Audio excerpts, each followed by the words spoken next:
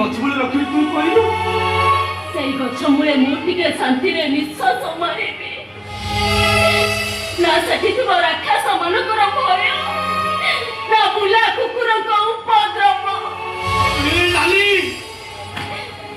তুই হচ্ছে গোটে বামুণ ঘরের ঝিও, ମୋ ଭଳି ଆଦିବାସୀ